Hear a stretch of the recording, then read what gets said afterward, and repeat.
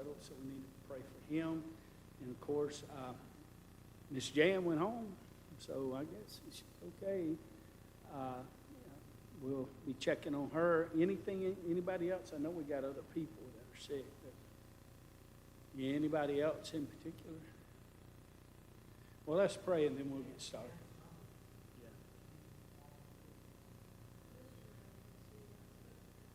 Yeah, Mr. Rao.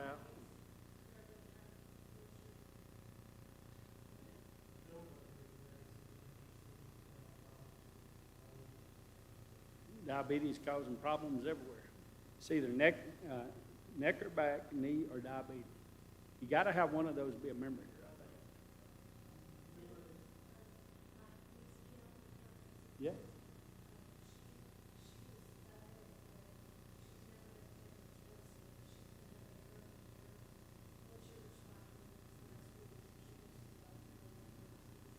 All right. Yeah. It's never fun. John, would you open us in prayer? Not. Hold that prayer. With blood pressure. A lot of issues going on right now. All right. John, would you lead us and then James?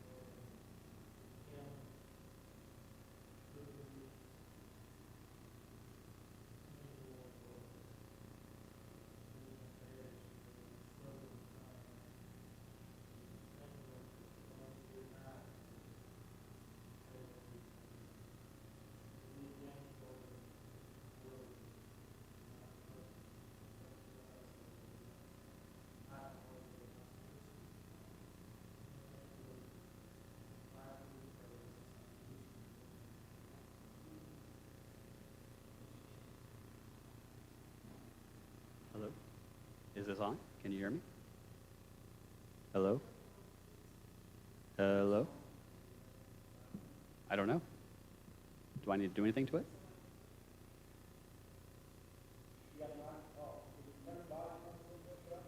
Can you hear me? Okay, it's working now. Brother Steve made this stand, which I thought was kind of neat. And I said that I would try it. So we've had about 2 weeks off, but we're back. And we will pick up in Hebrews chapter 8. And we will read about halfway through chapter 9, and I'll explain why in a second. So I'll start. Now, of the things which we have spoken, this is the sum. We have such a high priest who is set on the right hand of the throne of the majesty in the heavens, a minister of the sanctuary and of the true tabernacle, which the Lord pitched and not man. For every high priest is ordained to offer gifts and sacrifices, wherefore it is of necessity that this man have somewhat also to offer. For if he were on earth, he should not be a priest, seeing that there are priests that offer gifts according to the law, who serve unto the example and shadow of heavenly things, as Moses was admonished of God when he was about to make the tabernacle.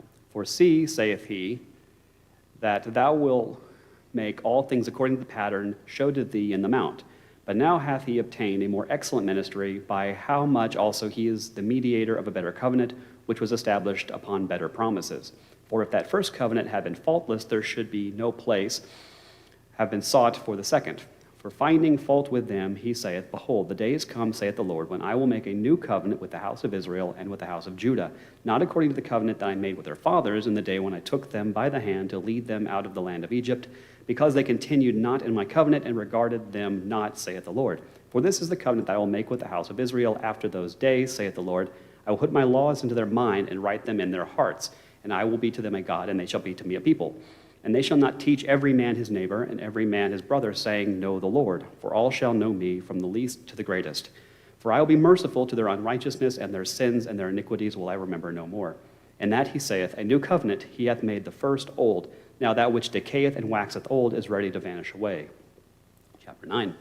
Then verily the first covenant also had ordinances of divine service and a worldly sanctuary. For there was a tabernacle made, the first wherein was the candlestick and the table and the showbread, which is called the sanctuary, and after the second veil the tabernacle, which is called the holiest of all, which had the golden censer and the ark of the covenant overlaid round about with gold, wherein was the golden pot that had manna, and Aaron's rod that budded, and the tables of the covenant, and over it the cherubims of glory, shadowing the mercy seat, of which we cannot now speak particularly. Now, when these things were thus ordained, the priests went always into the first tabernacle, accompanying the service of God.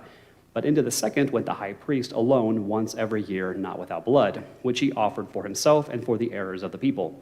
The Holy Ghost thus signifying that the way into the holiest of all was not yet made manifest, while as the first tabernacle was yet standing, which was a figure of the time then present, in which were offered both gifts and sacrifices that could not make him that did the service perfect, as pertaining to the conscience, which stood only in meats and drinks and diverse washings and carnal ordinances imposed on them until the time of Reformation. But Christ, being come on high priest of good things to come, by a greater and more perfect tabernacle not made with hands, that is to say, not of this building, neither by the blood of goats and calves, but by his own blood he entered in once into the holy place, having obtained eternal redemption for us. For if the blood of bulls and of goats and the ashes of a heifer sprinkling the unclean, sanctifying to the purifying of the flesh, how much more shall the blood of Christ, who through the eternal Spirit offered himself without spot to God, purge your conscience from dead works to serve the living God? Okay, so to summarize, which we try to do every time, chapter 1 is about how Christ is superior to the angels. Chapter 2 is how Christ was the perfect Son of Man. Chapter 3 is how Christ is superior to Moses, and chapter 4 was how Moses failed to offer Israel time of rest, which Christ was then able to offer, right? Chapter 5 is how Christ is superior to Aaron, and then we have chapter 6, which is kind of a detour. We talk about the warnings and encouragements and so on. And then chapter 7, we get how Melchizedek, or the order of Melchizedek, was superior to the order of Levi. And now we're going to get what is widely regarded as pretty much a complete section, which is chapters 8 through 10. And all of this is summarized as why the new covenant is superior to the old covenant. Now, if we want to get particular and break down more or less the individual chapters, chapter 8 is going to focus on how Christ, as high priest, is qualified to offer this new covenant. And then chapter 9 is going to focus on the services provided by the old and why those services are superior to the old covenant. And then the 10th chapter is going to explain why Christ is a superior sacrifice to the ones offered in the old covenant. But again, all this is just why the new covenant is better than the old covenant. So, and because particularly 8 isn't a super long chapter, neither is 8 for that, or neither is 9, I figured it's better to just do this in 2 weeks as opposed to 3 weeks. So we'll do chapter 8 and half of chapter 9, which breaks fairly well, and then we'll finish hopefully 9 and 10 next week if nothing comes up. So beginning in chapter 8, we have now the main point of what is being said is this. It seems fairly accepted that everything from chapter 1 all the way through chapter 7 has been building to this passage. And that now we're going to get sort of the beginning of his conclusion, or the beginning of the culmination of his argument thus far. And scholars, commentaries, and so forth even point out how the writing style changes, how his use of certain imperatives and so forth changes as if there's an emphasis, right? If the manner or the way he's writing is changing, it's because he's wanting to stress certain points or he's wanting to emphasize it in a different way. Then he begins, of course, we have this kind of high priest, which of course goes back to his argument that Christ is now of the order of Melchizedek and not part of the order of Levi. And then he says, who sat down at the right hand of the throne of the majesty in the heavens. Now, if you remember, right, going all the way back to chapter 1, this is how he began the book, almost as if he's trying to connect chapter 8 with chapter 1. So just a refresher, chapter 1, verse 3 begins, the Son is the radiance of God's glory and the exact expression of his nature, sustaining all things by his powerful word. After making purification for sins, he sat down at the right hand of the majesty on high. So it's like he wants to remind us, like, where he began, and now he's connecting the beginning with this point. It's sort of, bookending what was in between kind of the culmination of this argument. So then verse 2, a minister of the sanctuary and the true tabernacle that was set up by the Lord and not man. So the word sanctuary here, broadly enough, is just hagios, hagia. It just means holy, but it can refer to a location, so a holy place. More interestingly, we get the word skene, which is just tent, right? Just a tent. It can be referred to any tent, really. But obviously in this context, especially in connection to holy, the holy tent, well, that has to be the tabernacle, right? Particularly tabernacle in the wilderness. This seems like an odd choice. We don't really see tabernacle used too often in the New Testament, and his use of it here is, it seems like an odd connection, because, well, the tabernacle was temporary. It was impermanent. The point was it was a portable shrine that you could set up and you could tear down, you could move it around and so forth, as opposed to the temple, which is permanent, right? It's there, you build it, you don't move the temple. Like this building, right? You don't move the building. Now, the point seems to be, right, because Jesus has now replaced Aaron, and now the new covenant is replacing, I don't want to use that word, it's not replacing, but the new covenant is now being offered in fulfillment of the Mosaic covenant. So he keeps making this connection between Jesus' role with what Moses and Aaron did. So I think in that way, thematically, referring to the heavens as a tabernacle probably makes sense. But it does, at least, it is interesting why he doesn't just call it a temple, why he doesn't refer to what's up in heaven as a temple, or where Christ is right now as a temple, especially because there is some expectation that there will be a temple. So why doesn't he just use the word temple? In fact, one commentary even said that this reference to the tabernacle is the fulfillment of Old Testament future temple expectations. But if that were true, why wouldn't he use the word temple? I don't know.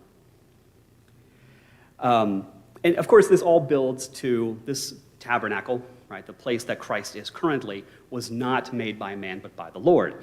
And we get this point kind of hammered by Paul in a couple of places, but in particular, we of course have Acts 7:48, where Paul says, however, the Most High does not dwell, I think this is Paul, maybe it's not. However, the Most High does not dwell in sanctuaries made with hands, as the prophet says, and now he's going to quote Isaiah 66. Heaven is my throne, earth is my footstool. What sort of house will you build for me, says the Lord? Or what is my resting place? Did not my hand make all these things? And we see this in the New Testament repeatedly, as well as there are places in the Old Testament, that they like to use the phrase made with hands to refer to things that are profane, even particularly made of idols. Like, why are you worshiping the things made with hands? And so it seems here, particularly in Acts 7:48, that when it refers to the temple or the sanctuary made with hands, that there's a connection that the temple has become a sort of idol. That the fact that it's made with hands somehow diminishes the significance of the building. But the author of Hebrews is saying, of course, that Christ is now in a sanctuary, in a tabernacle that was not made with hands, and therefore is not profane, obviously. So then in verse 3, for every high priest is appointed to offer gifts and sacrifices. Now, obviously, we know that the primary duty, or one of the primary duties of the priest, was to go and make offerings on behalf of the people. There are generally two types of offerings. There's the Thanksgiving offerings, and then there's the atonement offerings. So the atonement offerings are when you screwed up, and then you have to make an offering to appease, to right relationship with God, whereas Thanksgiving offerings are offerings you give because you want to, and not because you're compelled to under the law, although that can happen too. Therefore, it was necessary for this priest to have something to offer. Now, this is an interesting little thing that he kind of slips in here, but it's going to become a major part of his argument, especially in chapter 10, that if Christ is a priest, and the main job description of a priest is to make offerings on behalf of the people, then logically Christ as priest must have made an offering. So then what is the offering? Because he's not offering what the priest offered, right? So again, he just kind of slips us in here, but he doesn't really follow up on it now. Again, this is going to be more important later. So then in verse 4. Now, if he were on earth, he wouldn't be a priest, since there are those offering the gifts prescribed by the law. This is kind of an odd, almost throwaway sort of statement, because he doesn't fully develop this thought, and he doesn't really come back to it either.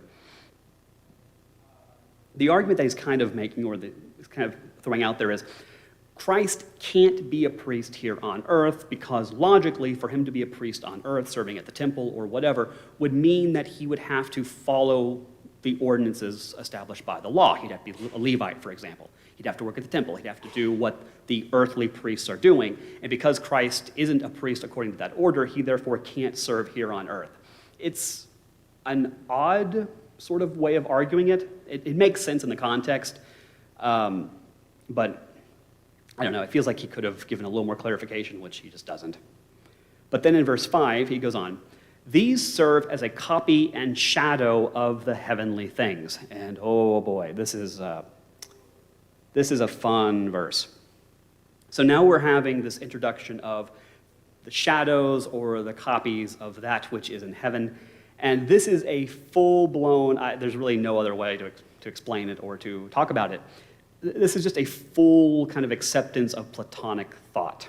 Now, you all know what Platonic thought is, even if you haven't heard it referred to that way.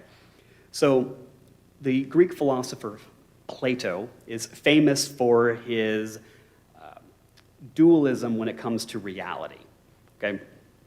And again, you all know what this is, but I'll explain. It's most famously articulated in the cave allegory.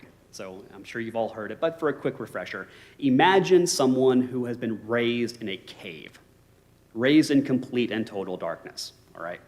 And then all of a sudden you see a light on the wall and you see little shadows, and there's a shadow of a giraffe. 4 legs, long neck, and someone says to you, oh, that's a giraffe. And all you see is the shadow. Well, how on earth you've never seen a giraffe before, so you see the shadow and go, oh, okay, that's a giraffe. That's not really a giraffe, right? That's just the shadow. But you don't know that. You have no frame of reference to tell you whether or not it's real. You just see the shadow and go, okay, that's a giraffe. Now, if you were able to leave the cave and actually see a giraffe or whatever in real life, then you would know, oh, okay, that's what a giraffe is. You know, it's a 3-dimensional object, it's got legs, it's got a head, so forth. Now, this is, in our modern context, and probably the most famous example of this is the Matrix movie, which is just, the whole thing is just a rearticulation of the cave allegory, because you have the character Thomas Anderson who is trapped in a computer simulation. But he doesn't, for him, that's reality. He doesn't realize that that isn't real. He's just in this computer simulation. It's just a computer game or whatever. And it's not until he's pulled out of the computer that he understands that reality is different from what was in the game. That's all it is. It's just the cave allegory with a lot of violence.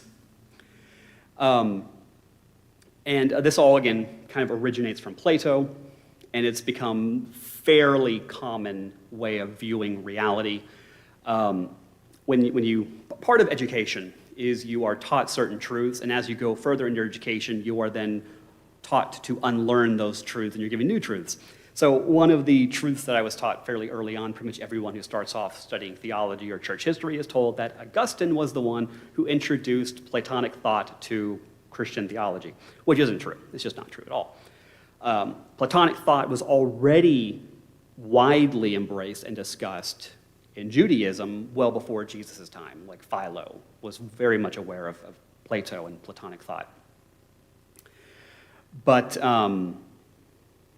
this introduces a rather interesting sort of issue, because part of this whole Platonic idea, right, so we're going with the cave allegory and going with the Matrix, right? We've established that. Here's the thing, and this is the whole point of the cave allegory. What you see around you isn't real.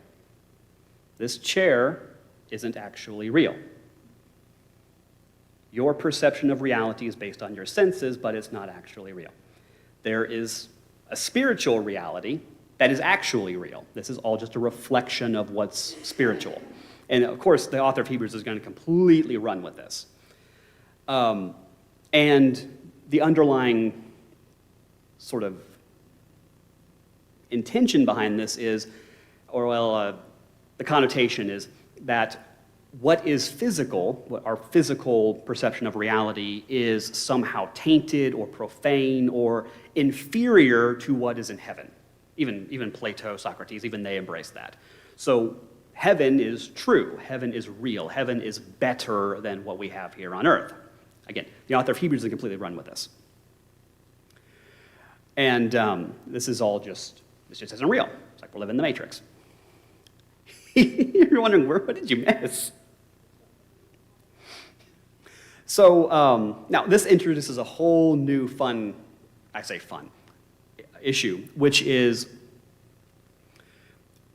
while this idea of Platonic dualism is in the New Testament and it's embraced very openly by certain passages, like here in Hebrews, we don't really see this in the Old Testament. So while you can say that yes, there is what is on earth, and yes, there is what is in heaven, the idea that one is inherently profane and one is inherently sacred, or one is inherently better than the other, or one is inferior to the other in some way, that's just not really articulated in the Old Testament. They are different, but not necessarily one being better than the other. As I've mentioned at one point, we as sons of God, daughters of God, children of God, we are both physical, we have animal traits, we have animal parts to our being, and yet we are also sacred beings. We have a divine aspect, we have a spiritual aspect. So in some ways, we share characteristics with animals, and in others, we share characteristics with angels. We coexist in both realms. And the Old Testament openly embraces this, that we have a physical self and a supernatural self, but it never presents one as inferior to the other. They just sort of exist in harmony with each other. In fact, the breaking of that harmony is evil. Like when we die, like the way it's presented in the Old Testament, when we die and our physical self is stripped from our spiritual self, there's a problem with that. Like we are no longer an entity as God originally conceived us, which is why resurrection is kind of a big deal. Because when you're resurrected, you're given a new physical body, and then you become a whole new self again. So this is where the fun part comes in, at least for me as an Old Testament person, but who could be Old Testament? Since we know that the New Testament embraces Platonism, Platonic thought to a certain degree, do we go ahead and read that into the Old Testament?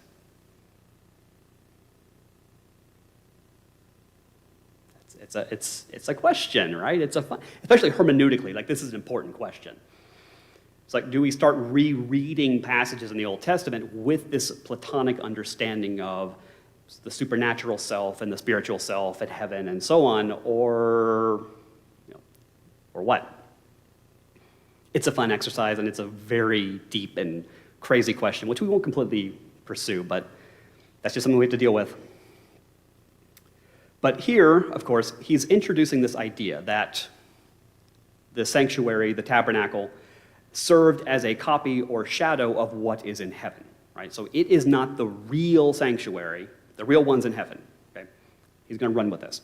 So he goes on. As Moses was warned when he was about to complete the tabernacle, for God said, "Be careful that you make everything according to the pattern that was shown to you on the mountain." So this is almost an exact quotation of Exodus 25:40. And what the author of Hebrews is doing is he's taking this word pattern and immediately applying it to Platonic thought. And he's basically describing that when Moses was on the mountain, God showed him a glimpse of the heavenly tabernacle, and Moses, for a brief moment, actually saw what the true tabernacle looked like, and then used that as a model for the earthly tabernacle, which of course couldn't compare, right? You can't physically make something as perfect as what is in heaven. So it's just a copy. And again, going with Greek thought, it is an inherently inferior copy. In fact, he uses the word, what is used here for pattern in Greek is tupos, where we get the word type from, and commentaries love to go with this. It's a It's a seal that you would use to make an imprint. So, you have the original seal, and we use these today, anything that uses a seal, from a typewriter to, when you make dollar bills or whatever, you have the original item, and then it makes an imprint on something, which is a copy. But also, just to go with the analogy, because they love going with the analogy, it's not a true copy, right? Because it's a reflection, it's an inverse. So the very fact that you copy something means it's a corruption, because the copy can never be as good as the original. Again, they like to run with this, because this is all part of the whole Platonic thing. There's the original, and then there's the copy, and the copy can never compare to the original. And so they love to run with the idea of the word tupos here, meaning, really it's more like a seal. And you put the seal on something like on a piece of paper, you have, whatever. I think you all get it. So then in verse 6, but Jesus has now obtained a superior ministry, and to that degree, he is the mediator of a better covenant, which has been legally enacted on better promises. So, Sesame Street. Sesame Street, you often have the word of the day, right? So when it comes to the book of Hebrews, the word of the day is superior. Everything is superior, right? That's the theme of the book, superior. And here we get this over and over and over again. Christ, right, as the heavenly high priest attached to the heavenly tabernacle, is superior. Christ is superior as the high priest. The tabernacle in heaven is superior to the one on earth. The new covenant is superior to the old covenant, and the promises that are being enacted by the new covenant is superior to the old promises. So verse 7. For if that first covenant had been faultless, there would have been no occasion for a second one. Oh boy. So this is fun. So obviously the covenant he is referring to here is the law of Moses, right? The Mosaic covenant. And he refers to it as the first.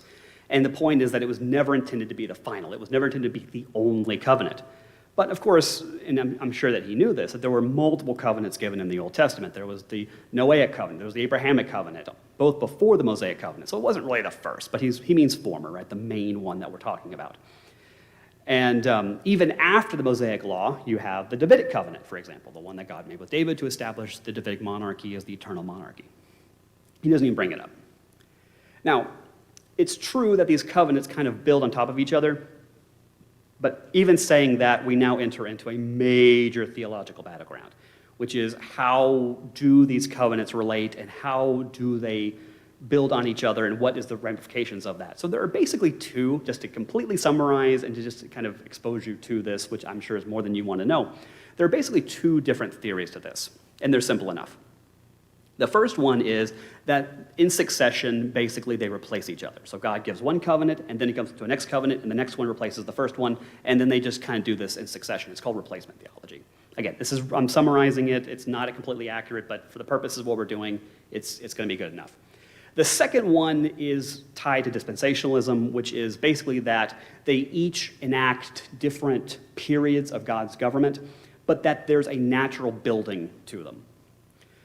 And that they're all kind of building upon each other, and that when the new covenant comes in, I say new, so like when you go from the Mosaic covenant to the Davidic covenant does not replace the Mosaic covenant, but it adds to it, expands upon it, and it kind of it leads into a new period of God's governance, without completely invalidating the former one. So it just keeps building and building and building. Now, where like replacement theologians, what they don't like that is you then get to the new covenant, and the question is, well, when the new covenant comes in, doesn't it replace the Mosaic covenant? And then this is the whole debate. What exactly is the relationship between the new covenant and the Mosaic covenant? I go to where Jesus says, I haven't come to destroy the law, but to fulfill it. I mean, it seems to me like Jesus is quite emphatic that the Mosaic covenant has not been replaced or obliterated, but it's served its purpose. It's not valid anymore, but not because it's been removed or whatever. But so I lean more dispensational. So I'm just being honest. But it's a whole thing. So all of this is, even after they were given the Mosaic covenant, they should have known that this was not the end of God's plan. I mean, obviously, because they had the Davidic covenant, right? And they even had the promise of a covenant that would come after the Davidic one, which is aptly named the New Covenant. It's like they just ran out of ideas or ran out of good labels. In fact, the author even goes through this fairly extensive quotation from Jeremiah 31. But finding fault with his people, he, as God says, "Look, the days are coming, says the Lord, when I will make a new covenant with the house of Israel and with the house of Judah, not like the covenant that I made with their ancestors on the day I took them by their hands to lead them out of the land of Egypt. I disregarded them, says the Lord, because they did not continue in my covenant. But this is the covenant that I will make with the house of Israel after those days, says the Lord. I will put my laws into their minds and write them on their hearts. I will be their God, and they will be my people. And each person will not teach his fellow citizen and each his brother, saying, 'Know the Lord,' because they will all know me, from the least to the greatest, for I will be merciful to their wrongdoing, and I will never again remember their sins." And then he gives a sort of summary commentary. By saying new covenant, so he's going to clarify what new means here, because I don't think this problem is really an issue in the Greek, which is why he can clarify so much. But in the Hebrew, the word new is very vague. So new can mean new in the sense of original, right? It's new, it's brand new, something that has never existed before. Or it can be new in the sense of retro. If I go out and say, "Hey, there's a new moon tonight," you go, "What happened to the old one?" Right? No one says that, right? If I say there's a new Star Wars movie, well, I mean, Star Wars has been around, right? I mean, it's a new one in the franchise, but it's not a new it's not a new movie in the sense of a new concept or a new property, right? So, I mean, we use new this way. New can mean different things. And in Hebrew, the word new is very vague. Like, they use the word new to refer to new moon, and they can use new to refer to something that's completely original. But in Greek, they have more options, and so there can be much clearer. So here he's going to be very, very specific. And also, one of the reasons why this is significant is when it talks about the new covenant, one of the possible ways of reading that is the renewed covenant. So you could, or they could have interpreted what was going on here in Jeremiah as God saying that he was going to renew the old covenant. But the author of Hebrews is going to be very clear. That is not what God means. He has declared that the first is old. First meaning Mosaic, right? The prior covenant. Not the first one ever, because, again, there was the Noahic one, the Abrahamic one, and so on. And what is old is aging and about to disappear. So again, so obviously what he means is by new, this is going to be a brand new covenant, something that has not been done before, something completely original. And so we're going to go a little bit into chapter 9 now. Now, the first covenant, the Mosaic one, also had regulations for ministry and an earthly sanctuary. He's going to mention some of these details, but he's going to mention some of these specifics, but not go into too much detail. So in verse 2, he goes, "For a tabernacle was set up." A tabernacle, again, is just the word tent, and of course, it refers to a big tent, and we know what the tabernacle is, right? That's the portable shrine that they built in the wilderness to effectively move God around, right? So God was living on the mountain in Sinai, from their ancient world conception, and so they're then going to build this little portable shrine as sort of a portable house that God can live in the wilderness, and then they're going to move him around the desert until they can finally find a permanent place to leave him, which will eventually be Shiloh. He goes on, "And in the first room," that is the first room of the tabernacle, which is called the holy place, when the whole thing's holy, but okay, it's called the holy place, "were the lampstand, the table, and the presentation loaves." So I spent about 18 months taking a Sunday school class, the book of Exodus.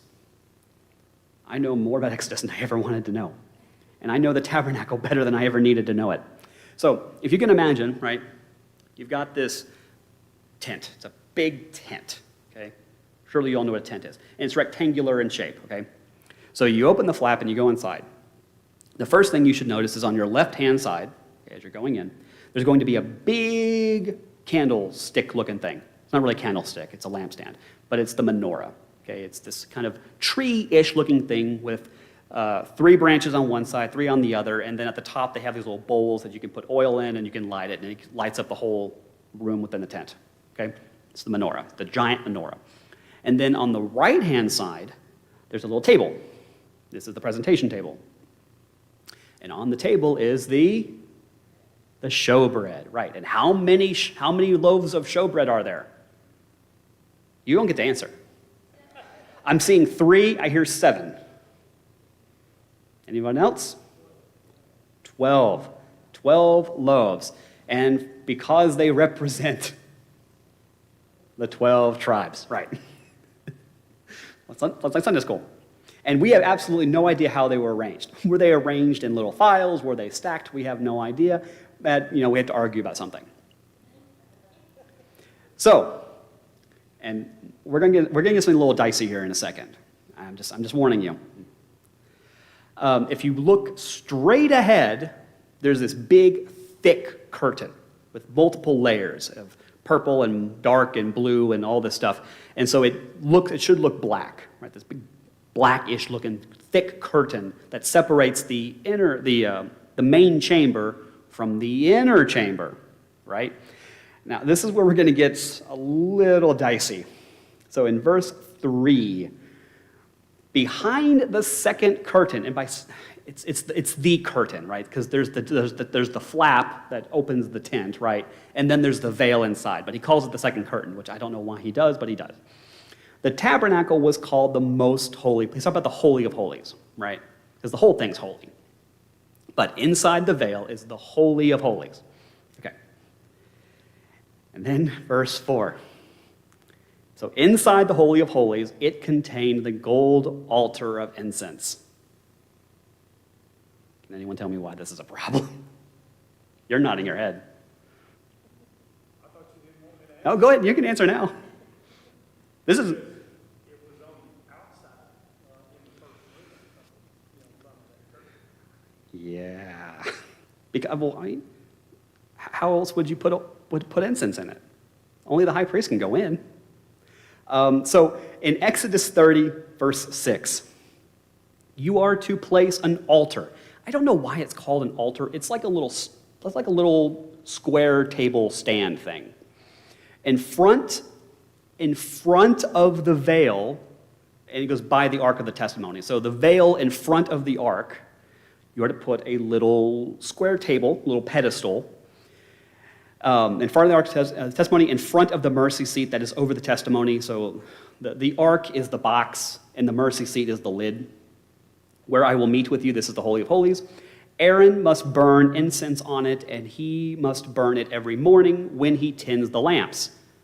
Well, you only go in the Holy of Holies once a year. How do you tend to it every day if it's in the Holy of Holies? It doesn't make any sense. I mean, it has to be outside.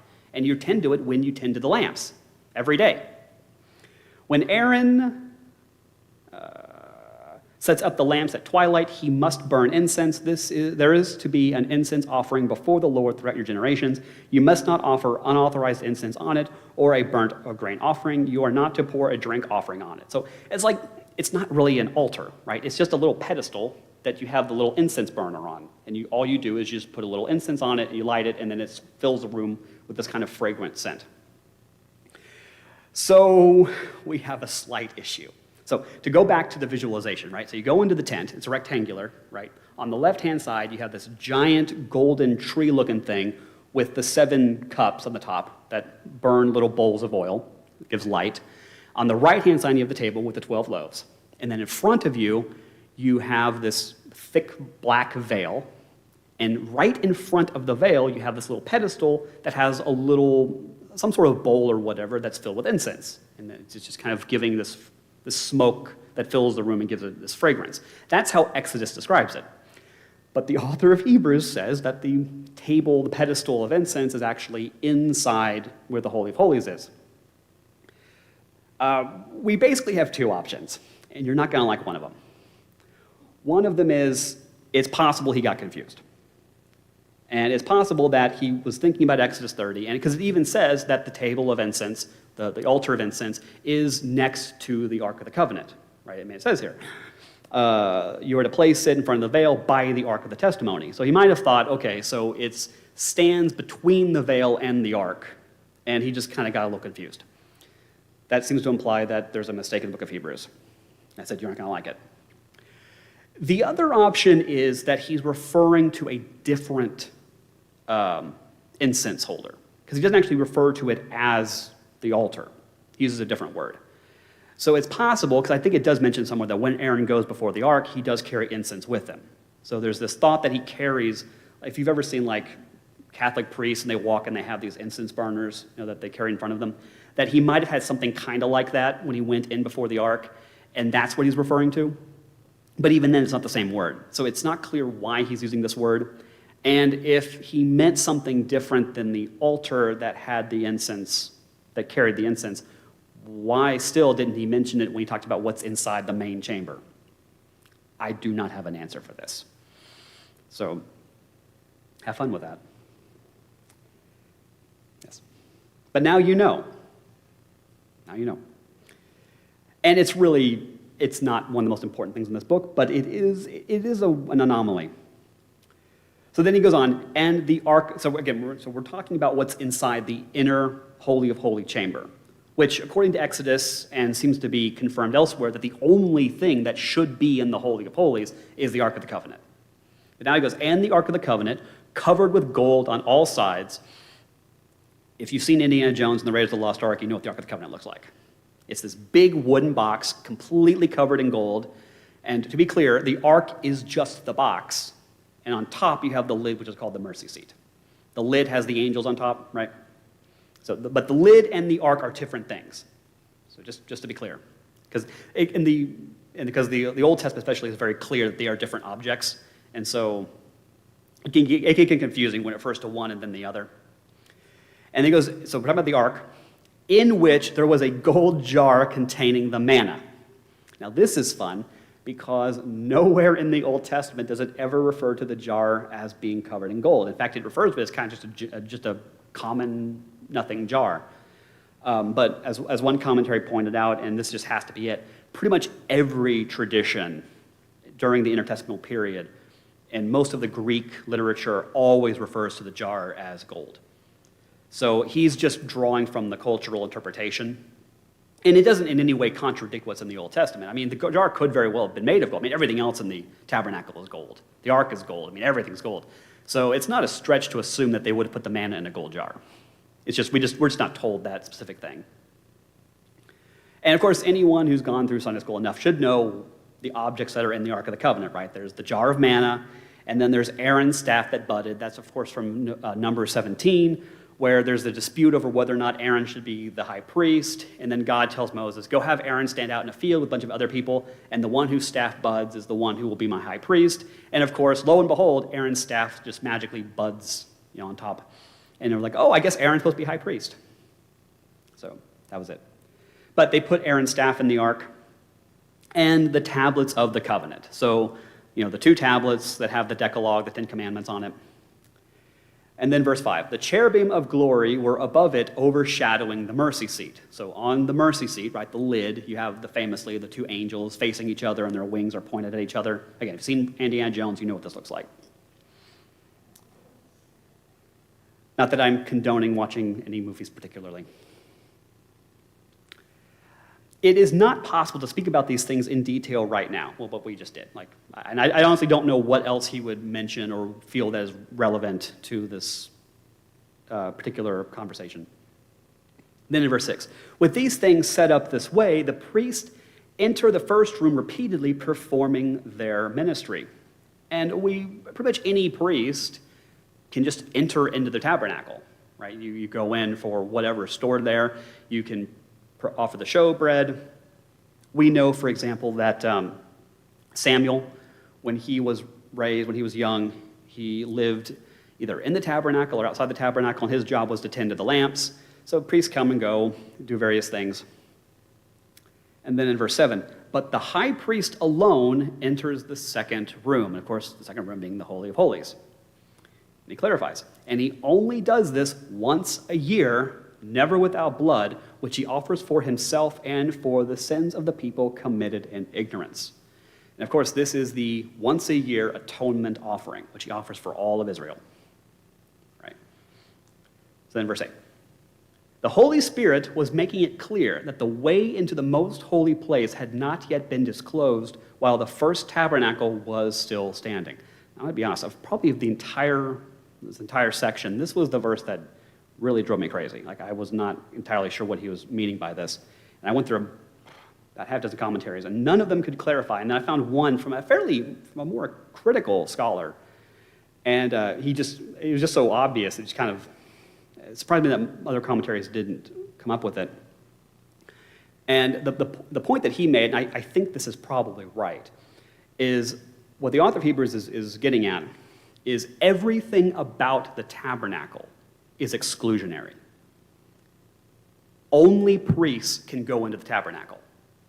And in fact, we talk about the different courts even that are set up, right? So there's the Gentiles can't even enter into the assembly, but you have women can only come so close, and then men can only come so close, and then only priests can enter into the actual court, to the actual grounds of the tabernacle, and then the priests can enter into the first chamber, but not the second chamber, and only the high priest can enter into the second chamber, and only on one day for one specific thing. He doesn't get to go in there and just have a conversation with God. Like, he can't decide, you know what, I want to ask God a question and just walk in whenever he wants. Right? He is only allowed to go in there one day a year for one specific task. So everything is exclusionary. And the point that this commentary was making is that what the author of Hebrews is getting at is that all of this is setting up that, how do I say it correctly? That the Old Testament, the purpose of the tabernacle is not to tell us how to enter into God's presence. Instead, it's setting up all of these restrictions that, in a way, prevent you from getting into God's presence. It doesn't offer true access to God. And then verse 9. This is a symbol for the present time. Now, the word symbol is just, It's technically the word that we get for parable, but it can mean illustration, it can mean symbol, it can mean a bunch of different things. And honestly, I'm surprised he didn't go with something more platonic, like this is a shadow, or this is a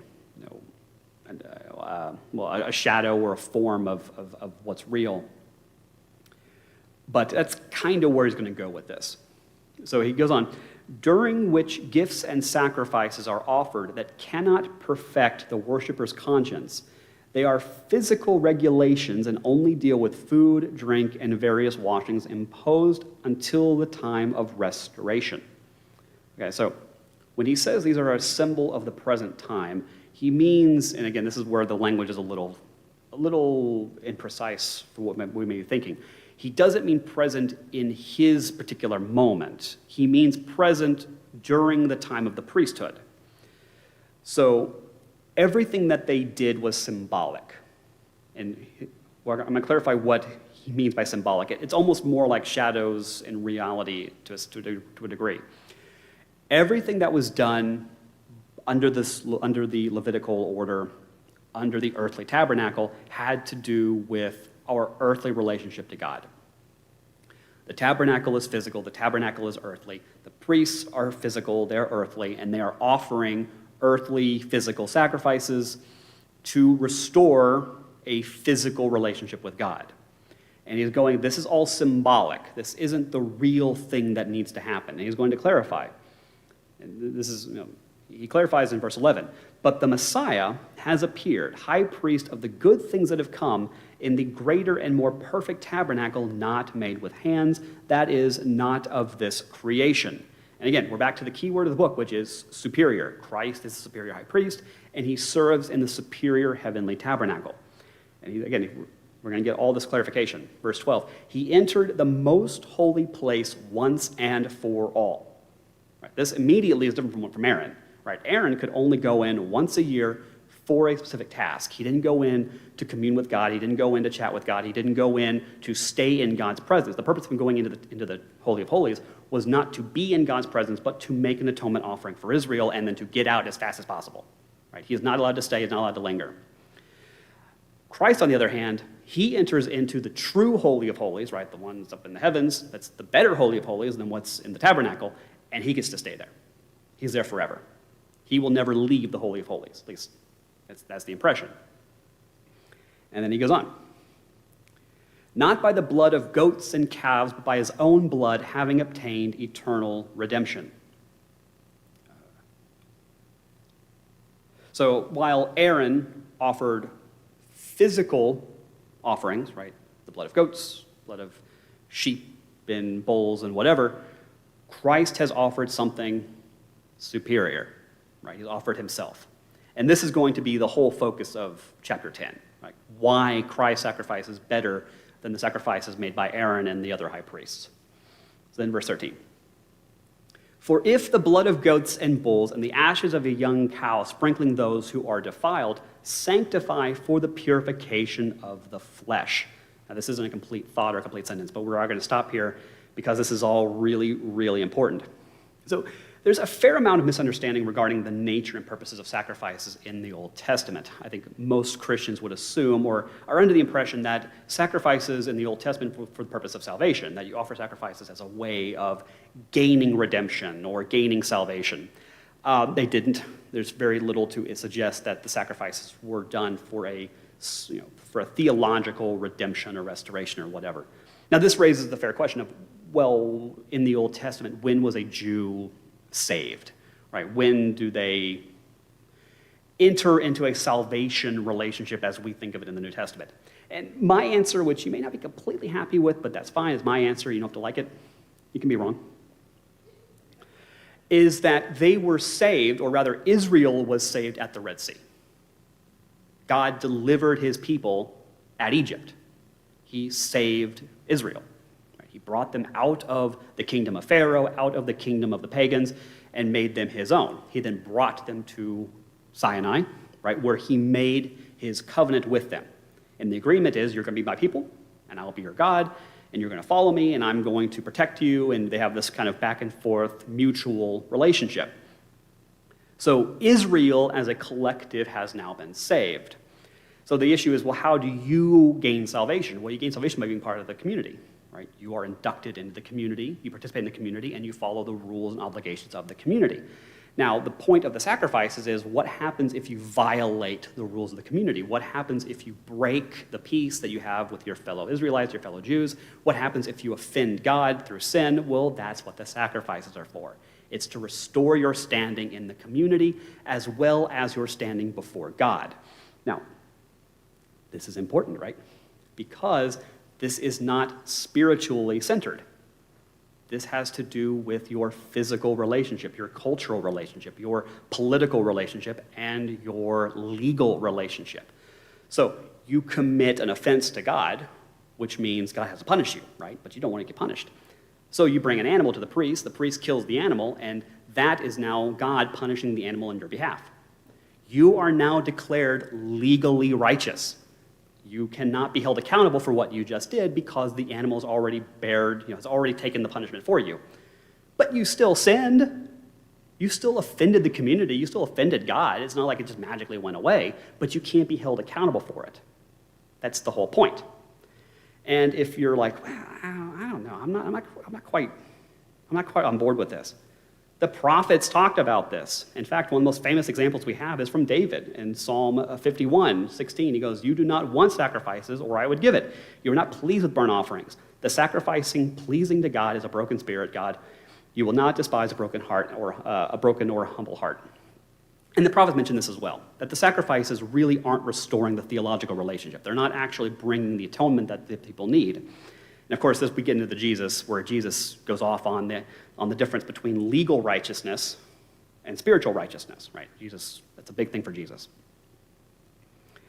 So the point of this, I think, and to kind of wrap it all back up into verse 13, is that these physical offerings, right, of the bulls and the goats and the sheep and all of that stuff, is restoring their legal righteousness, their physical righteousness within the community and their covenant relationship to God, but is not redeeming them spiritually.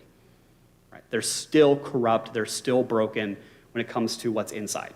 Right? And so verse 14.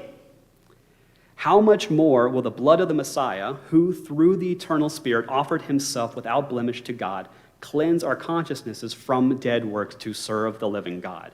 And now this is the perfect teaser for next week, because this is what he's all building up to.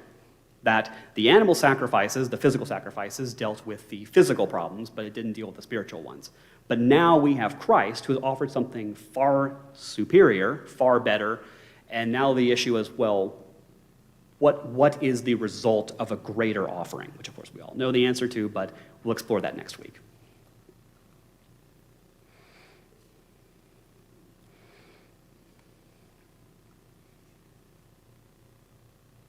All right. So, I read somewhere one time that when the high priest went into the Holy of Holies, that he carried with him the censer in front of him with the incense burning, because the smoke caused him not to be able to look clearly up on the throne of God, which was the mercy seat. So that's why he had this, some commentary, somebody somewhere pointed that out, that the smoke marred his view of the mercy seat. That may be where the censer came in the Holy of Holies. I don't know. That's just something I read one time. I didn't make it up. Honestly, I didn't make it up. But anyway, so thank you, brother. Thank you. Very interesting. Well, we better not do any questions right now. We might be here a while. It was good. Man, it's a good crowd tonight. Appreciate you guys. All right. Anything else before we close in prayer? All right. Brother Randall, would you close us?